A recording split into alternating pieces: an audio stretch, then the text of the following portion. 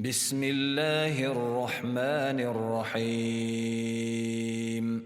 سبحان الذي أسرى بعبده ليلا من المسجد الحرام إلى المسجد الأقصى الذي باركنا حوله لنريه من آياتنا إنه هو السميع البصير. وآتينا موسى الكتاب وجعلناه هدى لبني إسرائيل ألا تتخذوا من دوني وكيلا ذرية من حملنا مع نوح إنه كان عبدا شكورا. وقضينا إلى بني إسرائيل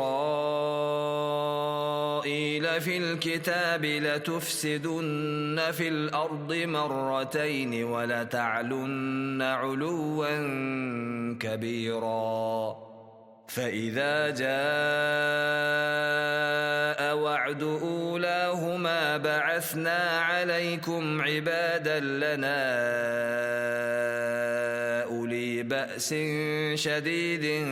فجاسوا خلال الديار وكان وعدا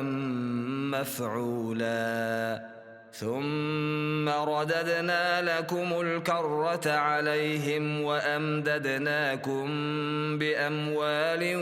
وبنين وجعلناكم أكثر نفيرا. إن أحسنتم أحسنتم لأنفسكم وإن أسأتم فلها. فإذا جاء وعد الآخرة ليسوءوا وجوهكم وليدخلوا المسجد كما دخلوه أول مرة وليتبروا ما علوا تتبيرا. عسى ربكم أن يرحمكم وإن عدتم عدنا وجعلنا جهنم للكافرين حصيرا. إن هذا القرآن يهدي للتي هي أقوم ويبشر المؤمنين الذين يعملون الصالحات أن لهم أجرا كبيرا وأن الذين لا يؤمنون بالآخرة أعتدنا لهم عذابا أليما. ويدعو الإنسان بالشر دعاءه بالخير وكان الإنسان عجولا. وجعلنا الليل والنهار آيتين فمحونا آية الليل وجعلنا آية النهار مبصرة لتبتغوا فضلا من ربكم ولتعلموا عدد السنين والحساب وكل شيء فصلناه تفصيلا. وكل إنسان ألزمناه طائره في عنقه ونخرج له يوم القيامة كتابا يلقاه منشورا. اقرأ كتابك كفى بنفسك اليوم عليك حسيبا. من اهتدى فإنما يهتدي لنفسه ومن ضل فإنما يضل عليها ولا تزر وازرة وزر أخرى وما كنا معذبين حتى نبعث رسولا. وإذا أردنا أن نهلك قرية أمرنا متر فيها ففسقوا فيها فحق عليها القول فدمرناها تدميرا. وكم أهلكنا من القرون من بعد نوح وكفى بربك بذنوب عباده خبيرا بصيرا من كان يريد العاجلة عجلنا له فيها ما نشاء لمن نريد ثم جعلنا له جهنم يصلاها مذموما مدحورا ومن أراد الآخرة وسعى لها سعيها وهو مؤمن فأولئك كان سعيهم مشكورا كلا نمد هؤلاء وهؤلاء من عطاء ربك وما كان عطاء ربك محظورا انظر كيف فضلنا بعضهم على بعض وللآخرة أكبر درجات وأكبر تفضيلا لا تجعل مع الله إلها آخر فتقعد مذموما مخذولا وقضى ربك ألا تعبدوا إلا إياه وبالوالدين إحسانا إما يبلغن عندك الكبر أحدهما أو كلاهما فلا تقل لهما أف ولا تنهرهما وقل لهما قولا كريما واخفض لهما جناح الذل من الرحمة وقل رب ارحمهما كما ربياني صغيرا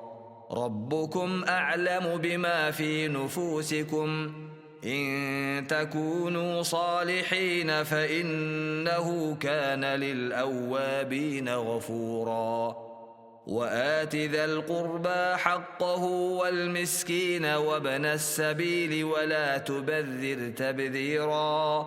إن المبذرين كانوا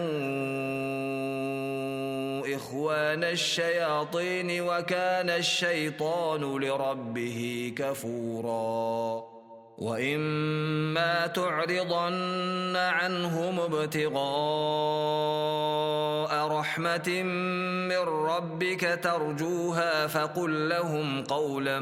ميسورا ولا تجعل يدك مغلولة إلى عنقك ولا تبسطها كل البسط فتقعد ملوما محسورا إن ربك يبسط الرزق لمن يشاء ويقدر إنه كان بعباده خبيرا بصيرا ولا تقتلوا أولادكم خشية إملاق نحن نرزقهم وإياكم إن قتلهم كان خطأ كبيرا ولا تقربوا الزنا إنه كان فاحشة وساء سبيلا ولا تقتلوا النفس التي حرم الله إلا بالحق ومن قتل مظلوما فقد جعلنا لوليه سلطانا فلا يسرف في القتل إنه كان منصورا ولا تقربوا مال اليتيم إلا بالتي هي أحسن حتى يبلغ أشده وأوفوا بالعهد إن العهد كان مسؤولا وأوفوا الكيل إذا كلتم وزنوا بالقسطاس المستقيم ذلك خير وأحسن تأويلا ولا تقف ما ليس لك به علم إن السمع والبصر والفؤاد كل أولئك كان عنه مسؤولا ولا تمش في الأرض مرحا إنك لن تخرق الأرض ولن تبلغ الجبال طولا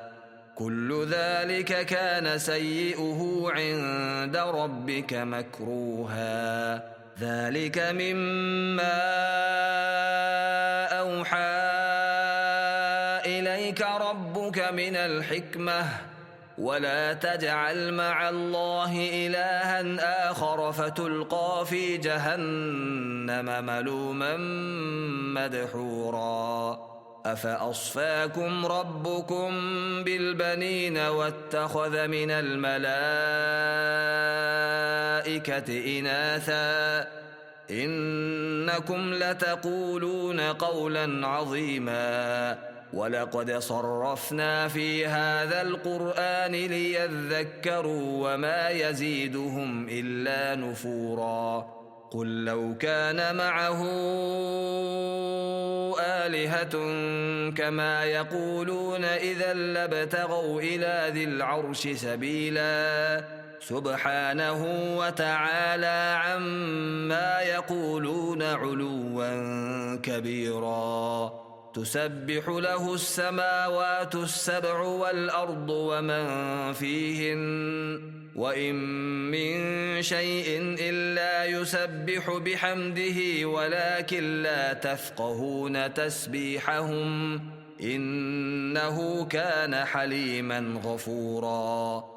وإذا قرأت القرآن جعلنا بينك وبين الذين لا يؤمنون بالآخرة حجابا مستورا وجعلنا على قلوبهم أكنة أن يفقهوه وفي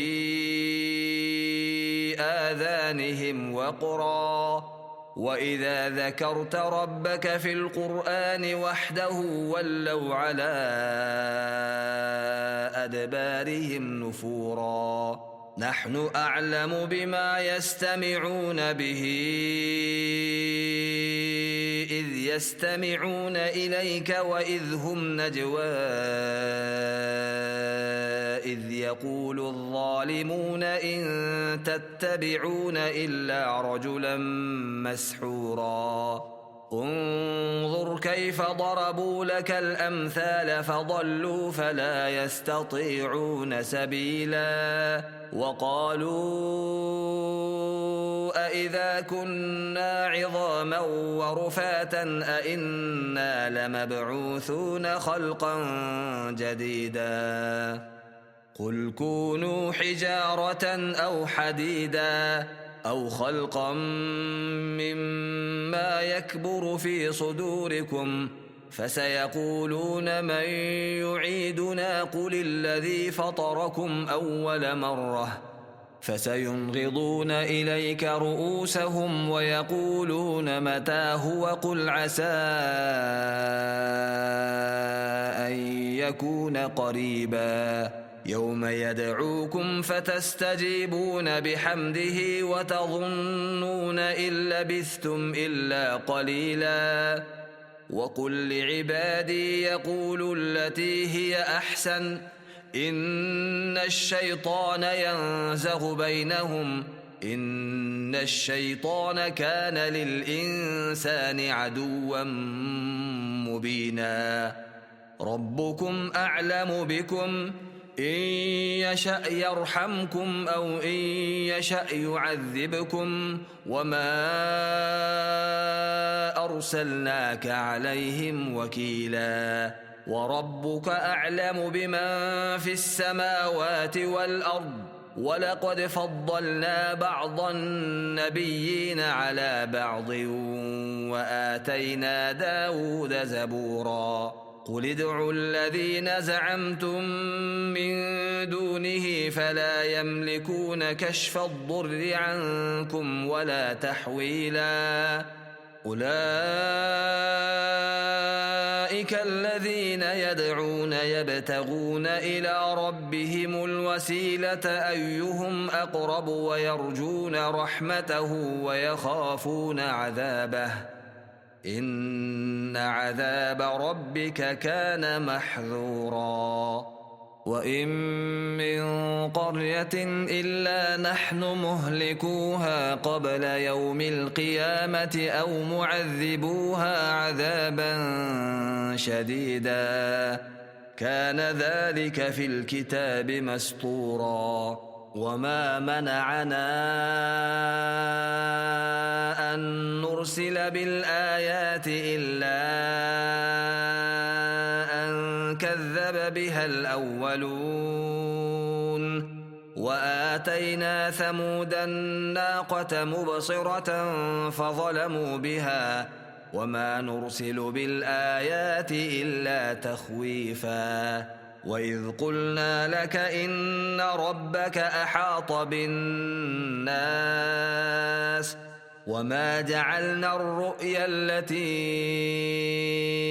أريناك إلا فتنة للناس والشجرة الملعونة في القرآن ونخوفهم فما يزيدهم إلا طغيانا كبيرا وإذ قلنا للملائكة اسجدوا لآدم فسجدوا إلا إبليس قال أأسجد لمن خلقت طينا قال أرأيتك هذا الذي كرمت علي لئن أخرتني إلى يوم القيامة لأحتنكن ذريته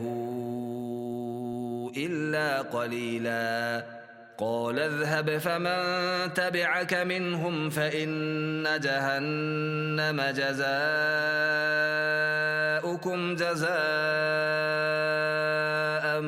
موفورا واستفزز من استطعت منهم بصوتك وأجلب عليهم بخيلك ورجلك وشاركهم في الأموال والأولاد وعدهم وما يعدهم الشيطان إلا غرورا إن عبادي ليس لك عليهم سلطان وكفى بربك وكيلا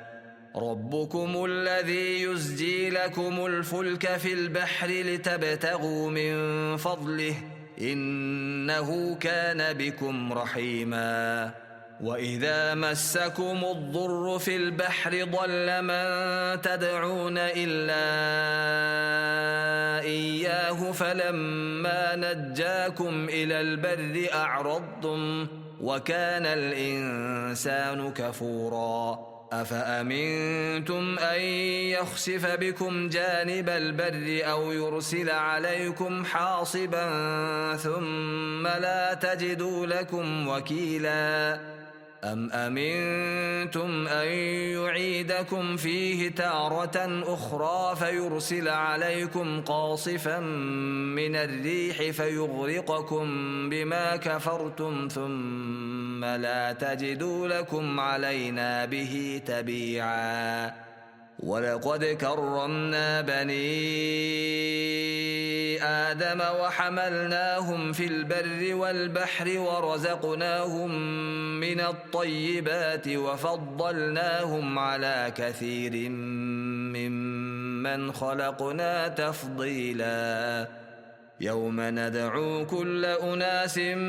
بإمامهم فمن أوتي كتابه بيمينه فأولئك يقرؤون كتابهم ولا يظلمون فتيلا ومن كان في هذه أعمى فهو في الآخرة أعمى وأضل سبيلا وإن كادوا ليفتنونك عن الذي أوحينا إليك لتفتري علينا غيره وإذا لاتخذوك خليلا ولولا أن ثبتناك لقد كدت تركن إليهم شيئا قليلا إذا لأذقناك ضعف الحياة وضعف الممات ثم لا تجد لك علينا نصيرا وإن كادوا ليستفزونك من الأرض ليخرجوك منها وإذا لا يلبثون خلافك إلا قليلا سنة من قد أرسلنا قبلك من رسلنا ولا تجد لسنتنا تحويلا أقم الصلاة لدلوك الشمس إلى غسق الليل وقرآن الفجر إن قرآن الفجر كان مشهودا ومن الليل فتهجد به نافلة لك عسى أن يبعثك ربك مقاما محمودا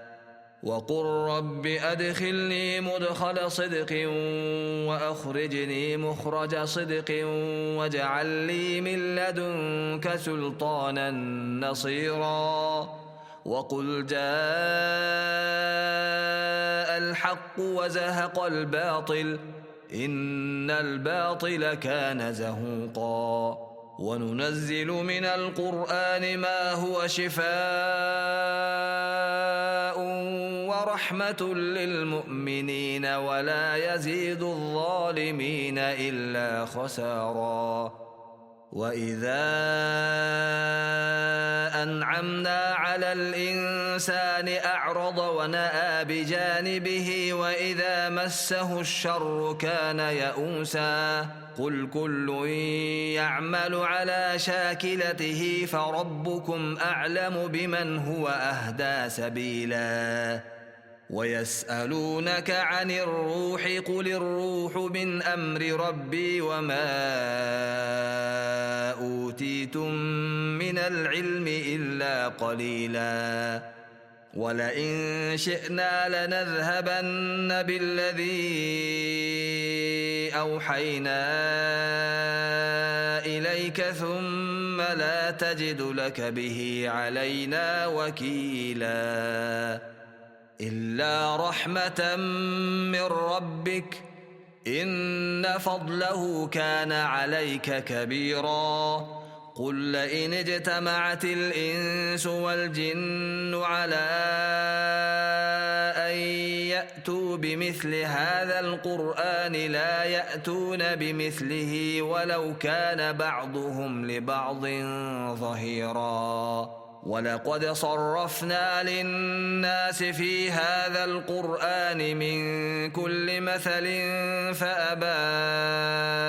أكثر الناس إلا كفورا وقالوا لن نؤمن لك حتى تفجر لنا من الأرض ينبوعا أو تكون لك جنة من نخيل وعنب فتفجر الأنهار خلالها تفجيرا أو تسقط السماء كما زعمت علينا كسفا أو تأتي بالله والملائكة قبيلا أو يكون لك بيت من زخرف أو ترقى في السماء ولن نؤمن لرقيك حتى تنزل علينا كتابا نقرأه قل سبحان ربي هل كنت إلا بشرا رسولا وما منع الناس أن يؤمنوا إذ جاءهم الهدى إلا أن قالوا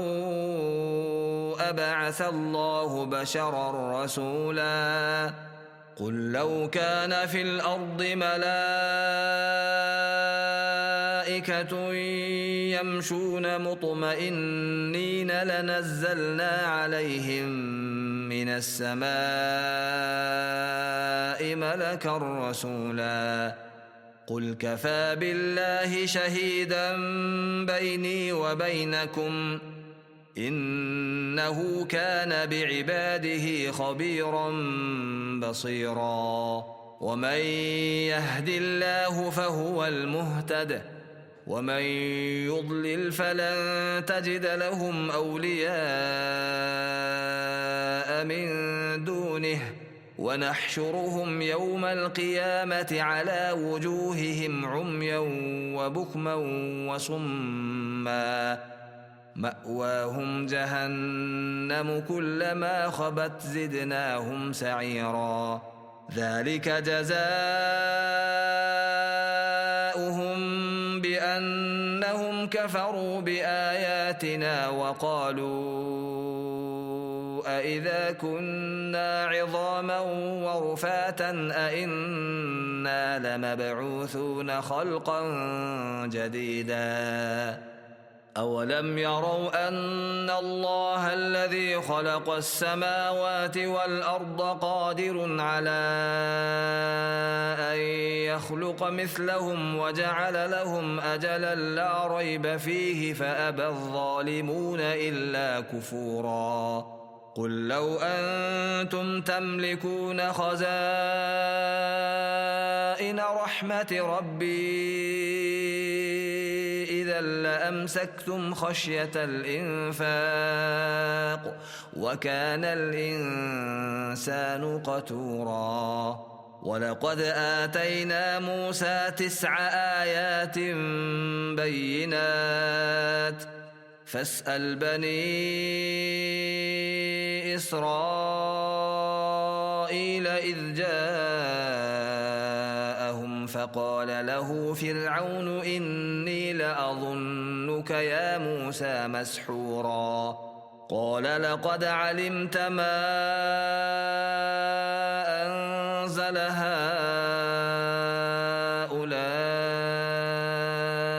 إلا رب السماوات والأرض بصائر وإني لأظنك يا فرعون مثبورا فأراد أن يستفزهم من الأرض فأغرقناه ومن معه جميعا وقلنا من بعده لبني إسرائيل اسكنوا الأرض فإذا جاء وعد الآخرة جئنا بكم لفيفا وبالحق أنزلناه وبالحق نزل وما أرسلناك إلا مبشرا ونذيرا وقرآنا فرقناه لتقرأه على الناس على مكث ونزلناه تنزيلا قل آمنوا به أو لا تؤمنوا إن الذين أوتوا العلم من قبله إذا يتلى عليهم يخرون للأذقان سجدا ويقولون سبحان ربنا إن كان وعد ربنا لمفعولا ويخرون للأذقان يبكون ويزيدهم خشوعا قل ادعوا الله أو ادعوا الرحمن أيما تدعوا فله الأسماء الحسنى ولا تجهر بصلاتك ولا تخافت بها وابتغ بين ذلك سبيلا وقل الحمد لله الذي لم يتخذ ولدا ولم يكن له شريك في الملك ولم يكن له ولي من الذل وكبره تكبيرا.